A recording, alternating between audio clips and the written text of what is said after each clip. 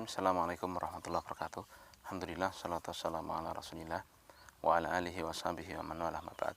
Tolab wa talibat kelas 11 KMI yang dimuliakan Allah subhanahu wa ta'ala. Alhamdulillah, pada kesempatan kali ini kita bisa melanjutkan kembali pelajaran kita kitab Tauhid ya, di materi akidah. Dan sekarang ada satu hadits, ada satu ayat yang ternyata kemarin terlewat ya.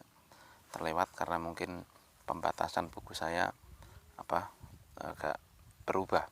Yaitu ayat di surat Al-Isra ya, berarti di dalil ketiga dalam pembukaan kitab Tauhid tersebut ya, di mana Syekh Muhammad bin Abdul Wahab yang mengutip ayat Allah Subhanahu wa taala dalam surat Al-Isra ayat 23, wa qadha rabbuka alla ta'budu illa iyyahu wa bil walidaini ihsana. Wa qadha ay amara, dan Tuhanmu telah memerintahkan, wawasa, dan mewasiati kalian. Wal muradu bil qada'i huna al qada'u syar'iyyu diniyu lal qada'ul qadariyul kauni. Yang dimaksud adalah qada' syar'i, bukan qada' kauni ya. Aturan ketentuan syar'i, bukan ketentuan secara kauni. Jadi di sini perintah yang jika kita lakukan kita akan dapat pahala. Maka Allah telah memerintahkan dan mewasiatkan untuk apa? Alla ta'budu illa iyyahu, tidaklah menyembah kecuali Dia. Wabil walidaini ihsana ya. Dan ya, tidak dan berbuat baik kepada kedua orang tua. Nah, di sini Syekh Fauzan membawakan syarahnya. Ar-Rabbu huwal malikul mutasarriful ladzi rabba jami'al alamina bi ni'matih. Rabb adalah ya, penguasa yang mengatur segala sesuatu, yang memelihara seluruh alam semesta dengan nikmatnya ya. Jadi Rabb kita, Tuhan yang mengatur segala isi alam semesta ini, memerintahkan kita alla ta'budu illa iyyahu, agar kita tidak menyembah selain Dia. Ai an ta'buduhu wa la ta'budu ghairah, agar engkau menyembah Allah semata dan tidak menyembah lainnya. Wabil walidaini ihsana, ai wa qadha an tuhsinu bil walidaini ihsana. Allah ya menetapkan pula, memerintahkan kalian untuk berbuat baik kepada kedua orang tua. Nah, kama qadha an ta'buduhu wa la ta'budu ghairahu, sebagaimana Allah memerintahkan untuk menyembah Allah semata dan tidak menyembah yang lainnya. Jadi ya, nah ini perkara yang sangat luar biasa. Perintah untuk berbuat bakti kepada orang tua digandengkan dengan perintah untuk menyembah Allah. Nah, kita baca makna global dari ayat ini. Al-ikhbaru anna Allah subhanahu wa ta'ala amara wa wassa ala al-suni rusulihi.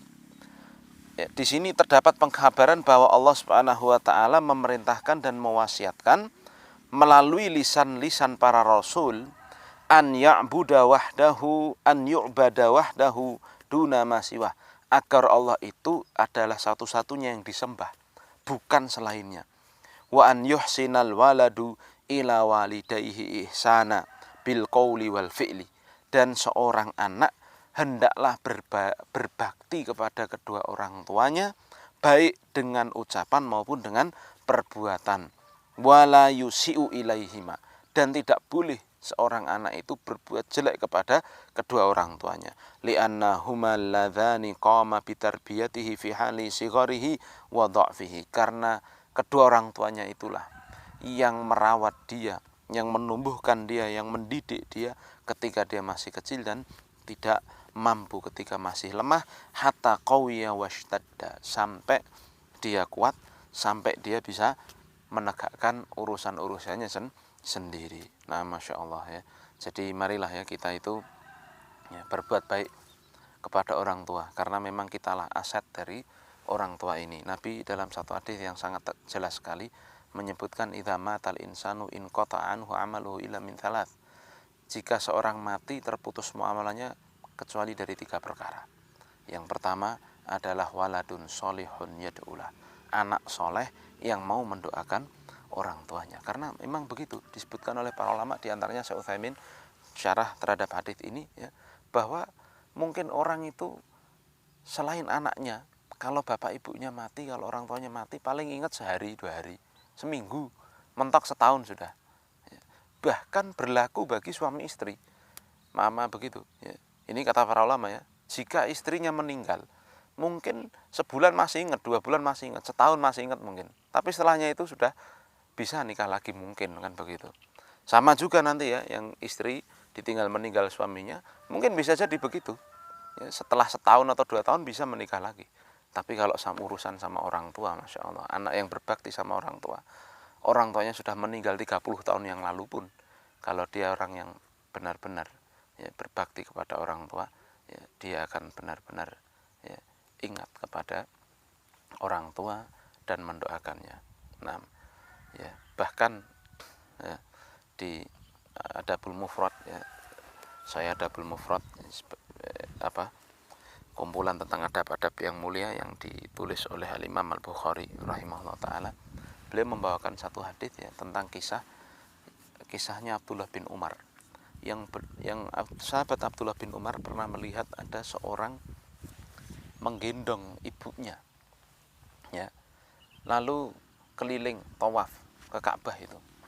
Nah, ketika sampai di dekat sahabat Abdullah bin Umar, orang ini bertanya, "Wahai Abdullah bin Umar, cukup nggak kira-kira perbuatan yang kulakukan dengan menggendong ibuku keliling tawaf Ka'bah itu dihitung mencukupi perbuatan baik ibuku padaku?" Maksudnya sudah seimbang enggak begitu? Ya. Maka Abdullah bin Umar menjawab, "La." Ya, enggak. Sama sekali itu tidak bisa menandingi kasih sayang yang pernah diberikan oleh ibumu kepadamu. Ya. Dan dalam riwayat tersebut dijelaskan, ya, kau tidak akan bisa, la tukafi'uhu, tidak akan bisa membalas kebaikan orang tua itu walaupun satu nafas, ya, satu helaan nafas ibu kita ketika melahirkan kita. Nah, maka ini perkara yang sangat besar ya, berbakti kepada orang tua itu. Ya, kita sudah, sekarang antum sudah kelas 11 ya. Tentu tidak ada yang pengen menjadi anak yang tidak berbakti kepada orang tuanya. Pada perkara ini perkara yang sungguh sangatlah besar. Ya. Kita sebaik apapun kita, sekaya apapun kita, kalau kita lupa, kita tidak bisa berbuat derma pada orang tua, apalah arti apa yang kita miliki itu. Ya. Maka ini saya mengajak pada antum semua, mumpung kita ini masih dikaruniai orang tua yang masih lengkap, ya. Bagi yang mungkin sudah meninggal, tentunya berbaktinya juga bisa lebih dengan mendoakan dan sebagainya. Nah, mumpung yang masih lengkap orang tuanya, ini di saat-saat corona seperti ini, saat-saat pandemi seperti ini, kita banyak berinteraksi dengan orang tua. Ayo tunjukkan kalau kita itu bisa berbuat baik kepada orang tua kita. Sekarang orang tua kita yang masih bisa nyeneni kita, bisa marahin kita, kalau sekarang kita tidak taat sama mereka, nggak berusaha menyenangkan hati mereka, nggak berusaha berbakti kepada mereka dengan ucapan maupun perbuatan kita, padahal orang tua kita masih nafkahi kita, masih bisa negur kita kalau kita salah, gimana nanti kalau orang tua kita sudah tua? Ya, tinggal kita yang ngurusin, mau apa-apa minta tolong balik ke kita. Jangan-jangan kalau sekarang disuruh nggak mau, besok kalau bapak ibunya sudah tua, sudah tidak bisa apa-apa, bagaimana itu? Akan bagaimana itu?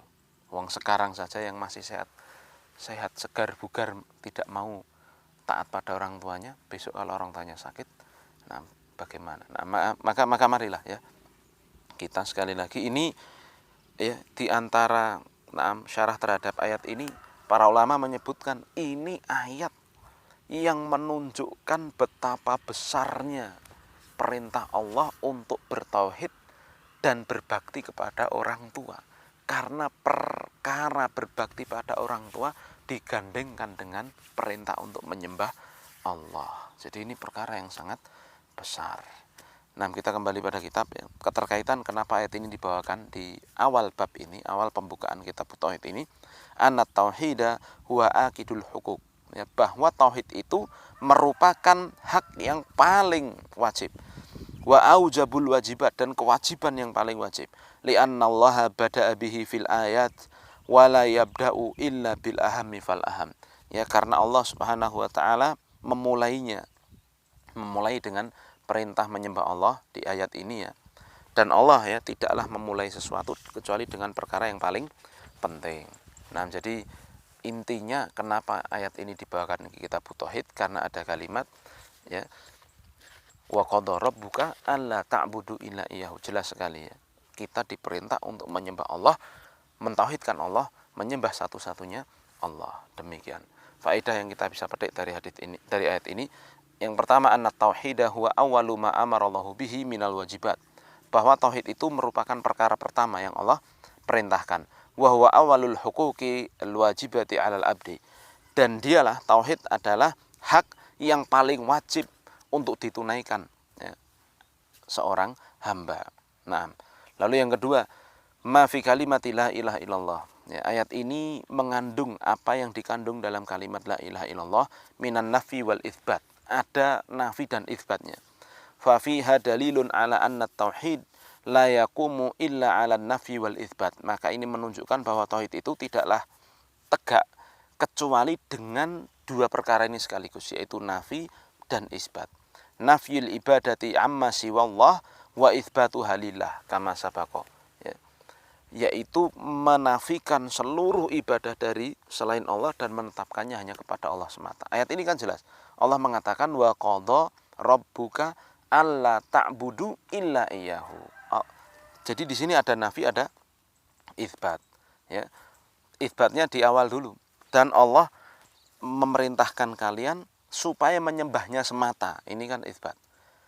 Ya. Alla ta'budu illa iyyahu, dan menafikan selainnya. Ya, dan tidak boleh, kita dilarang untuk menyembah selainnya. Maka jelas sekali ayat ini ya, mengandung dari kandungan la ilaha illallah.